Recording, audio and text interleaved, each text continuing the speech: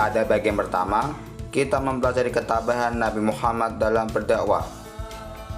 Pada bagian kedua ini, kita akan mempelajari ketabahan para sahabat Nabi Muhammad SAW. 1. Khadijah binti Khuwailid. Khadijah binti Khuwailid adalah istri tercinta Nabi Muhammad. Beliau selalu membantu dan mendukung perjuangan dakwah Nabi Muhammad dengan harta benda, jiwa, dan raganya. Suatu ketika, kaum kafir Quraisy meminta Khadijah agar mau membujuk Nabi Muhammad. Akan tetapi ditolak langsung oleh beliau. Kaum kafir Quraisy tak henti-henti mengolok-olok dan mencaci maki Khadijah dalam berbagai kesempatan. Beliau sangat tabah dalam menghadapi tantangan dan ancaman kaum kafir Quraisy. 2. Abu Bakar Asy-Shiddiq. Abu Bakar adalah putra Abi Quhafah. Ia termasuk orang kafir Quraisy yang pertama masuk Islam. Abu Bakar selalu setia mendampingi dan melindungi Nabi Muhammad dari serangan kaum kafir Quraisy. Suatu hari, saat Nabi Muhammad beribadah di Ka'bah, beliau didatangi beberapa orang kafir Quraisy. Mereka langsung menyerang Nabi. Beruntunglah ada Abu Bakar yang segera membantu Nabi Muhammad, dan terjadilah perkelahian antara mereka. Akhirnya Abu Bakar berhasil mengusir kaum kafir Quraisy. 3. Fatimah Az-Zahra binti Muhammad. Fatimah Az-Zahra adalah putri Nabi Muhammad dari Khadijah. Ia selalu menyaksikan Nabi Muhammad mendapat tentangan dari kaum kafir Quraisy. Suatu ketika, saat Nabi Muhammad sedang beribadah di Ka'bah, beliau dilempari kotoran oleh kaum kafir Quraisy. Fatimah yang mengetahui hal itu langsung membersihkan dan mencucikan baju Nabi Muhammad. Di samping itu, Fatimah juga sering mendapat tentangan dan olok-olok dari kaum kafir Quraisy. 4. Ibnu Mas'ud. Ibnu Mas'ud adalah seorang pemberani. Ia termasuk orang pertama yang berani membaca Al-Quran secara lantang dan terang-terangan. Akibatnya, ia disiksa oleh kaum kafir Quraisy. Meskipun disiksa dengan sangat kejam, ia tetap teguh dalam memeluk ajaran Islam. Setelah kejadian itu, ia diangkat saudara oleh Zubair bin Awam yang selalu melindunginya, sehingga ia tidak mendapat siksaan lagi dari kaum kafir Quraisy. 5. Keluarga Sumayyah. Keluarga Sumayyah adalah keluarga budak.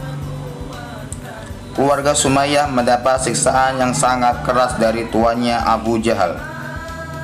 Setelah beberapa hari disiksa oleh Abu Jahal dan tidak diberi makan, Yasir, suami Sumayyah, dan Sumayyah meninggal dunia.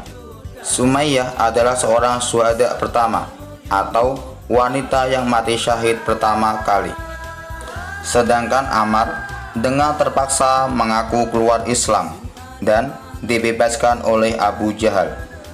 Setelah itu, Ammar menemui Nabi Muhammad sambil menangis dan meminta ampun.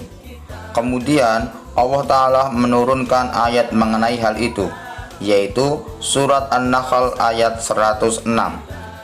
Maksud dari ayat tersebut adalah, apabila seseorang dipaksa kafir, padahal hatinya tetap tenang dalam beriman, maka dia tidak berdosa.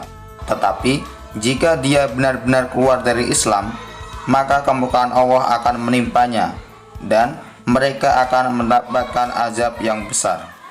6. Arqam bin Abil Arqam. Arqam bin Abil Arqam termasuk golongan orang yang berada atau terpandang. Ia menyediakan rumahnya untuk dipakai dakwah Nabi Muhammad SAW, yang saat ini kita kenal sebagai Darul Arqam. Ia termasuk sahabat yang teguh pendirian dan kuat. Tidak jarang ia mendapat cacian dan celaan dari kaum kafir Quraisy, bahkan dihina dan dibujuk untuk keluar dari ajaran Islam. Akan tetapi Arqam bin Abil Arqam tetap teguh dalam pendiriannya memeluk agama Islam. 7. Bilal bin Rabah atau seorang muazin Rasulullah. Bilal bin Rabah adalah budak dari Umayyah bin Khalaf. Ia termasuk sahabat kesayangan Nabi Muhammad. Suatu ketika, Umayyah bin Khalaf mengetahui ia masuk Islam. Majikan Bilal itu sangat murka dan menyiksa Bilal dengan sangat kejam. Menghadapi siksaan Umayyah yang begitu dahsyat dan kejam, Bilal tetap berpegang teguh pada keyakinannya terhadap agama Islam dan terus mengucapkan Ahad, Ahad, Ahad. Melihat penganiayaannya tersebut, Abu Bakar membebaskan Bilal bin Rabah, dan akhirnya Bilal bebas dari perbudakan. Kedudukannya pun sederajat dengan para sahabat Nabi Muhammad.